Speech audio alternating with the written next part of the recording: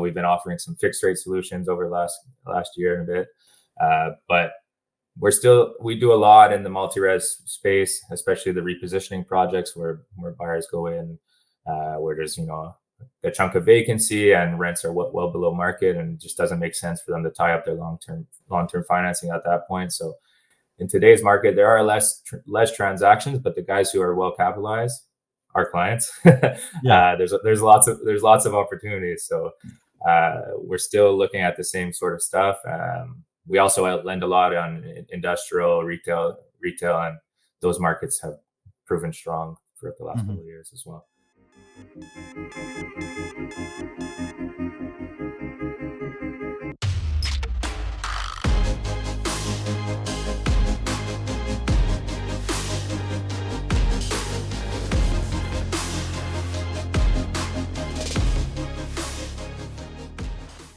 Hello, and welcome back to the Very Real Estate Effect podcast, a show dedicated to real estate investing right here in Quebec. And today, I'm very proud and honored to have a Montreal-based guest. I'd like to welcome to the show Josh Bilodeau. How are you doing, man? Hey, man, I'm good. Thanks. How are you? Thanks for having me. It's a pleasure to have you on today. We've actually been trying to coordinate this interview for a little while, so I'm happy to have you on. You are the real estate finance director at Harbour Mortgage Corporation. Based here in Montreal. You also have some offices in Toronto. And I went ahead with the introduction, but before we go any further, I just want to remind everyone, thank you for your continued support. It is now the end of 2023. There's a lot to look forward to for 2024. I'm already getting some interesting guests booked for January, February, and so on. Please share this conversation with a friend who could benefit from this conversation. So leave us a review, send us some comments. It's always appreciated, and it helps us reach more people like yourself. So, how in the world did you get started in real estate finance? Sure. Yeah. So I was studying at Concordia University. I graduated in 2018 and sort of started in the commercial real estate industry right out of school. I joined Axel, which is a Swedish-based multi-family real estate owner, developer, manager. Based out of actually Berlin now these days. So I joined there right out of school, and sort of this accelerated leadership program was kind of like a rotation program like the Big Four do, that the company used to offer every couple of years, and was the first time they were doing it in North America. So I didn't know much about the company, but met with the leadership team here a few times and decided to take a chance. So I worked there, and I started out in the Montreal office, kind of ground up learning about the business. So, working with the leasing teams, property management team, construction, asset management. So the goal was to eventually be placed in the asset management role within the company in Montreal. So like I said, first year was based out of Montreal. Then the second year, actually went and worked in Toronto for about 6 months in an asset management role there. Ended up it was supposed to go kind of work more in audit and financial planning for the company, but ended up someone being on paternity leave, so I had to jump in and take over a portfolio there. So really got some good hands-on experience. Nice. right from the jump. And then the latter part of the year, I actually went and worked in London, UK, in the acquisitions team there. So worked with the director of acquisitions there, just fielding new opportunities. Unfortunately, we weren't a buyer at that point in the market, but saw a lot of stuff, underwrote a lot of stuff. So big, a lot of learning from 2018, 2019, and then end of 2019 came back to Montreal. Started managing as asset manager, managing the Ville Marie, so the downtown portfolio for Achilles, and did that just until the end of 2021 when I had the opportunity to join Harbour. So joined Harbour, October 2021, kind of more in an analyst support role for my colleague who's been built up the Montreal office here. John Clement has been here for about 7 years. So I want to come on to the debt side, learn a bit more about the capital raising, capital development side. So joined, like I said, October 2021, and then earlier this year I started in the origination role here in Quebec to help develop our presence here some more. So Yeah. Yeah, that's kind of my story in this space so far.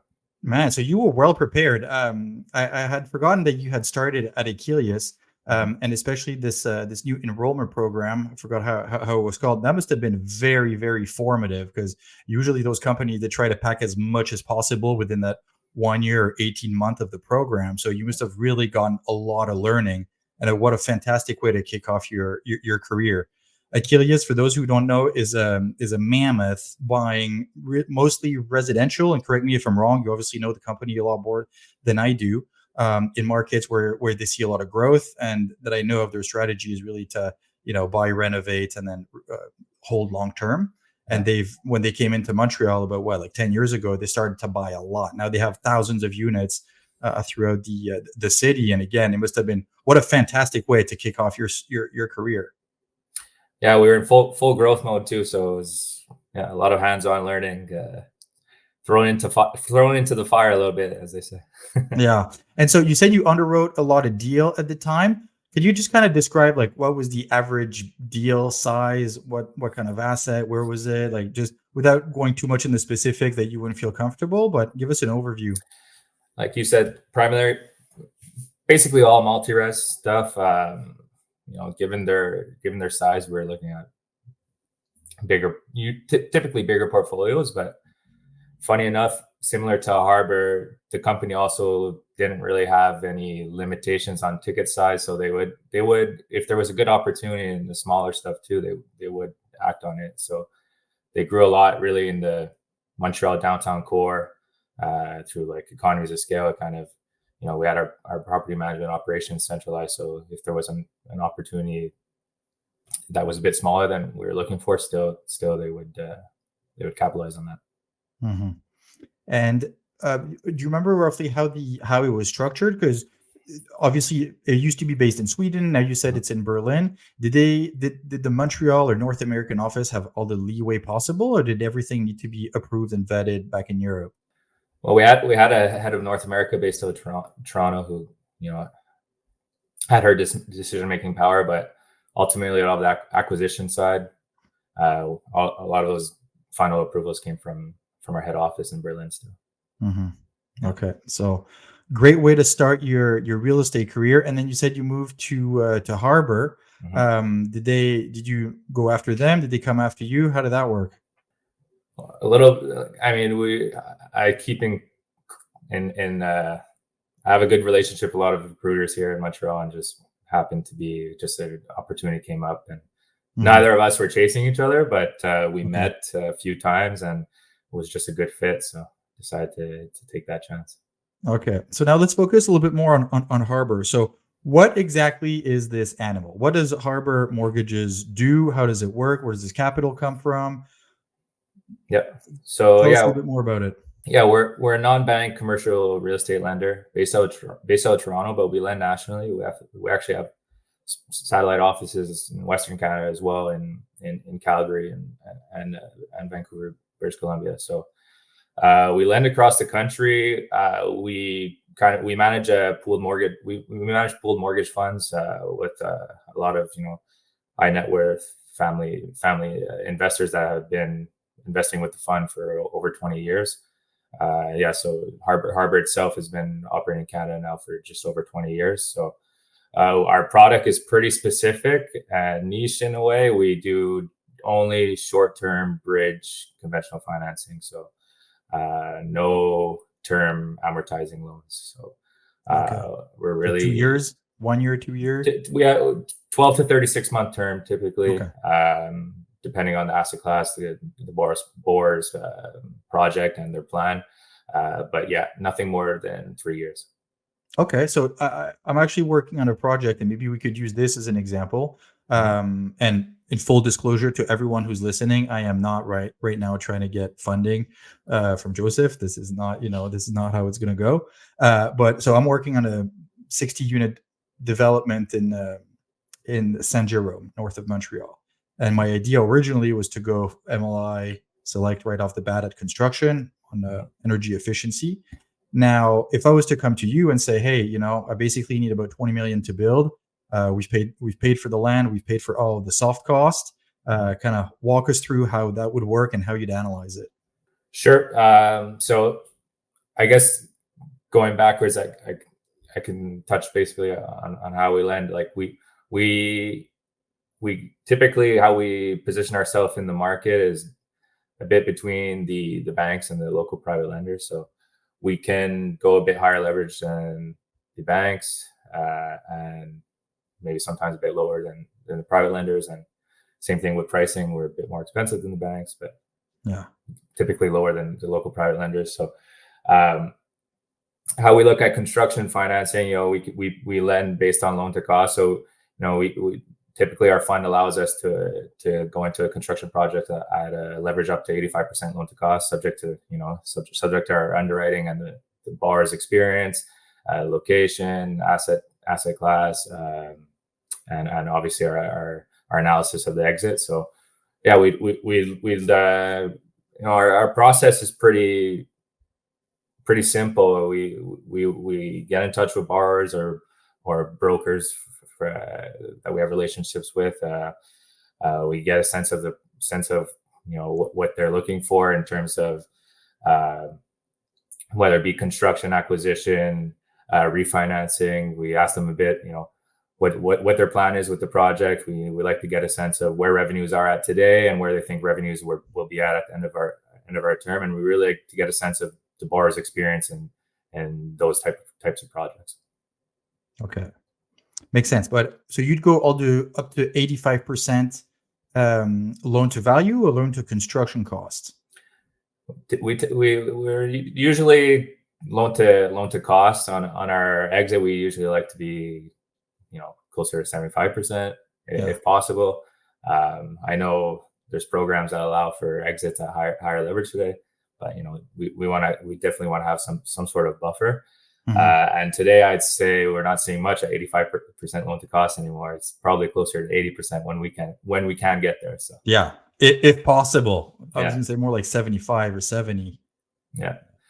So there's still some opportunities we see from borrowers, and I know transactions are fewer and in between, but there seems to be a lot of kind of some deep value add and still some good construction plays, especially in markets like Saint Jerome that typically, not as attractive, but as rents increase and kind of the downtown core expands, those types of markets, we're seeing lots of good opportunity. Yeah. Do you guys currently have some projects in Saint Jerome that you're funding? We don't have anything on the books right now, but we've done some new construction in the past. Mm-hmm. We've even looked at some multi-residential repositioning projects. But in Saint Jerome, we haven't looked at anything other than multi-res. Yeah. Okay. And I just want to backtrack a little bit. Like I just want to understand where the pool of capital comes from that you have. You said it's mostly family offices and families that come to you. They provide their cash and then you turn around and lend it. Well, it's a pooled mortgage fund, so we don't raise capital on a deal by deal basis. We have our funds allocated. We do capital raises once in a while, but we then, given the nature of our business, it being short term, we get a lot of repayments too, and we manage that pool of capital. We also do a lot of AB notes where we structure deals with senior lending partners and service and manage their funds as well. But we always participate in the deals ourselves. Can you just kind of explain a little bit how this works? I think there's a lot of people who are listening, they may not be familiar with the AB structure.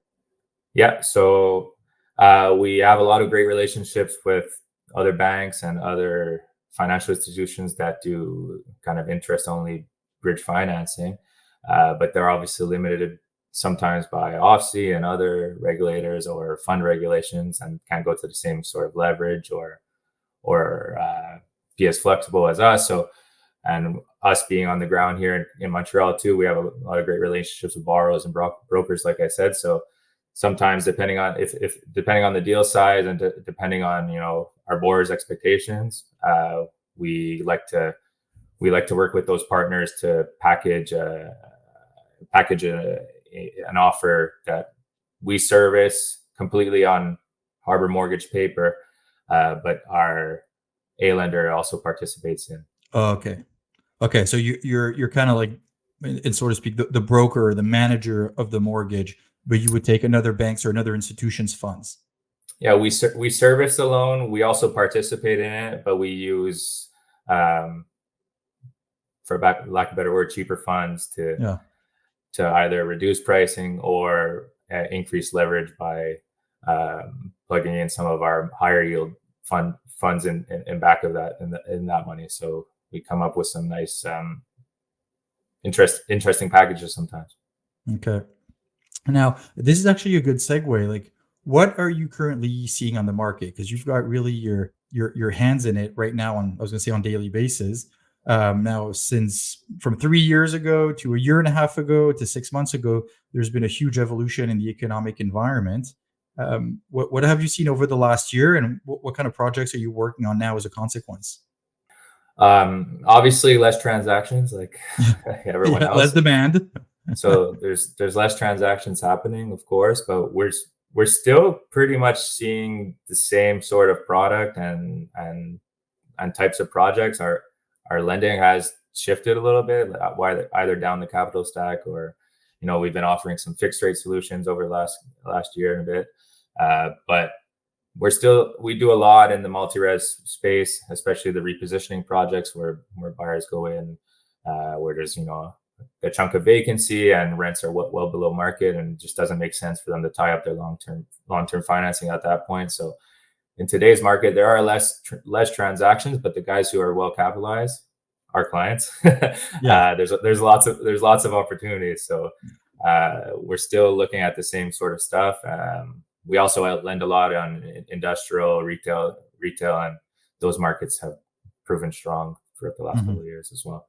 So obviously rates are having an effect on the market. We also reduced our spreads on our financing offers to be more competitive and accommodate our borrowers, while at the same time still pleasing our investors, of course.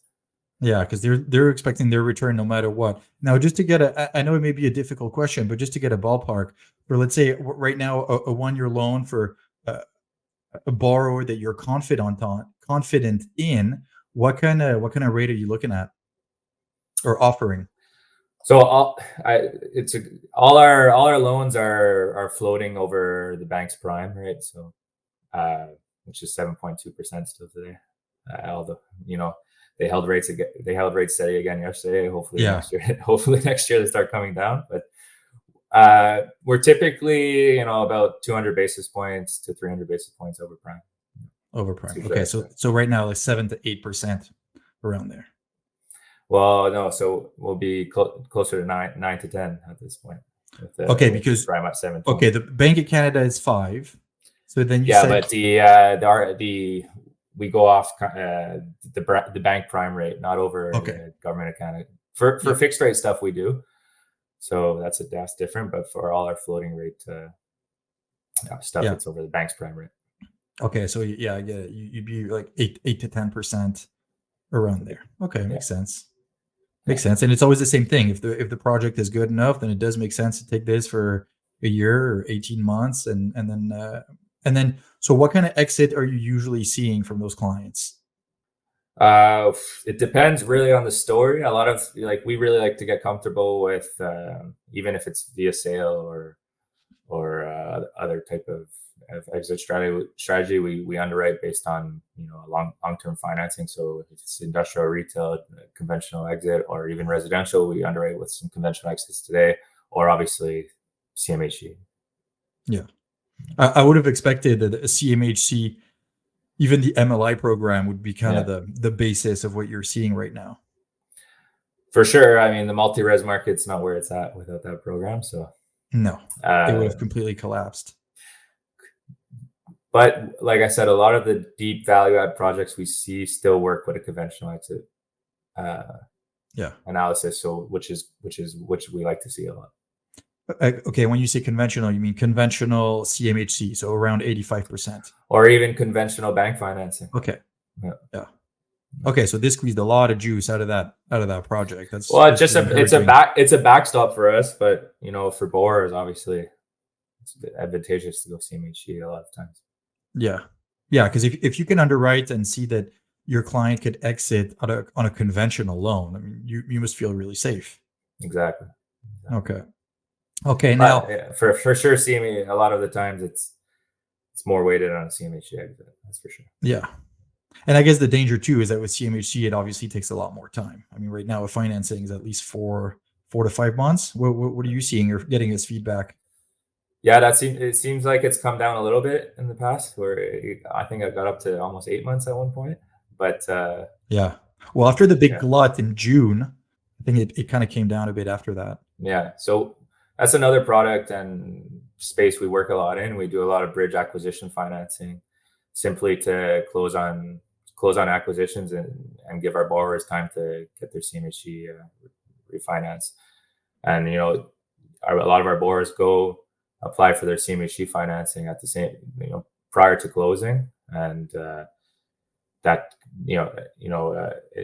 our product works really well there because we're a lot more agile and flexible, obviously, to close, and it allows transactions to keep on happening. Mm-hmm. Yeah. Just out of curiosity, would you finance land? Let's say someone is working on a project where there's already a project approved by the city. It's for an acquisition for the land, and then the project can start. Yeah, we would. Obviously, we're closer to 60% of purchase price, usually something like that. We don't really do refinancing with equity takeouts on land, but we do finance land if there's a good story there and we're not going to be there for too. Like, we don't want to do any kind of land banking financing. It's No, not where our product doesn't make sense for that kind of stuff. no, exactly. And I mean, We for a do. lot of for good land locations, even at 10% a year, and if you had to hold it for 3-4 years, it'd still be worth it. But I can understand that that's not your bread and butter in terms of offering. No, but like you said, if the city, if the project's already been kind of pitched to the city, borrower has plans already in place, no major zoning changes required, then yeah, that's something we can get behind for sure. Okay. Now, just to shift the conversation a little bit, you underwrote obviously a lot of deals by now, and you must see a pattern in terms of what gets approved and what doesn't. And I've heard from borrowers that yes, it's often project related, but it's a lot about the borrower. And so, what can you give us? Like, if you could share a few tips with our listeners in terms of maximizing their chances of getting their file approved, what would it be?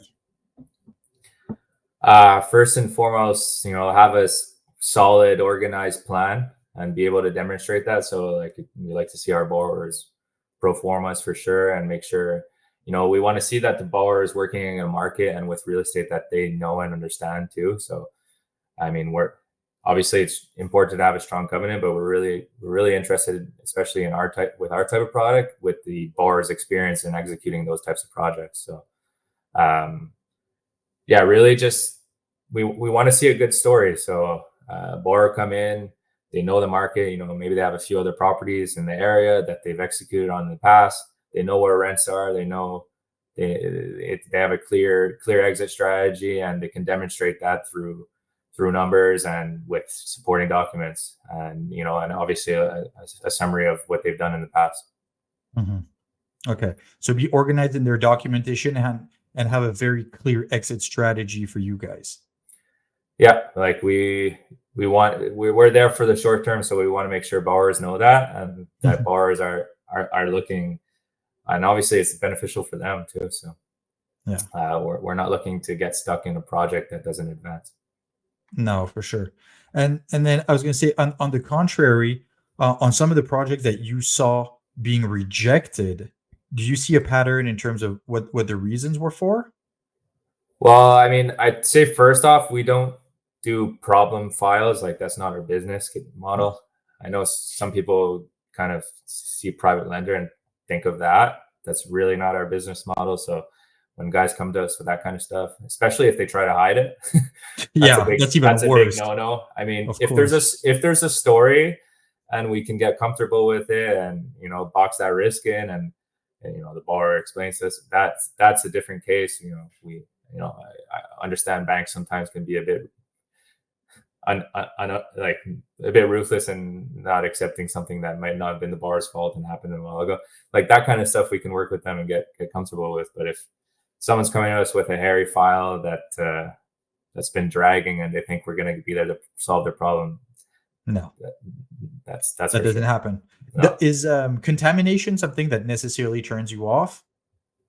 No, we work around it. We would typically, either work through a holdback that we would release upon.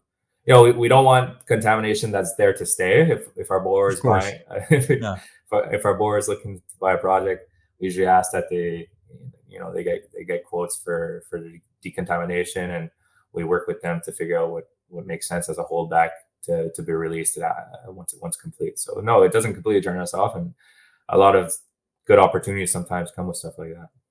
Well, exactly. And now, I mean, let's be realistic. It's not like we're creating that much more land. Ha ha ha. And so a lot of the lands, the good pieces of land do have contamination. And so when you say you would do a holdback, does that mean that the developer would need to decontaminate and then you would kind of pay it back? Or would the developer still be able to get some of your financing to pay directly for the decontamination? We would advance some funds, but not our full loan position. We would want to have some sort of security that and enough funds in reserve so that if things went south, we could finish we could finish the decontamination ourselves. Yeah, and then you wouldn't release anything until the borrower gets a clean bill of health. And test and okay, that totally makes sense. And it's interesting because different banks see it in different ways. There's some that say like you have to decontaminate entirely at your cost, provide us a clean bill of health, and then we'll kick in. So it's like, yeah, but I'm coming to you in the first place because I need financial support for this. Like, yeah. So, I mean, again, I sound like a broken record, but we got to get on board with the story and understand, especially if it's contamination. We want it to be, we don't want it to be we want it to be a calculated project from the beginning. Not something that can keep on expanding once we close, for sure. No, for sure. And that's why in terms of minimizing the risk, that's really on the developer's side to do his homework and be prepared. For sure. Are there any, like contamination, are there any major no-nos that you wouldn't want to touch? Off the top of my head, no. I mean, if you brought up some issues, I would probably exactly. They probably come to mind. But we're there to work with, especially with borrowers that we have great relationships with and that we have a good track record with. We're there to work with them. So we can, a lot of problems can be sized and boxed in and managed.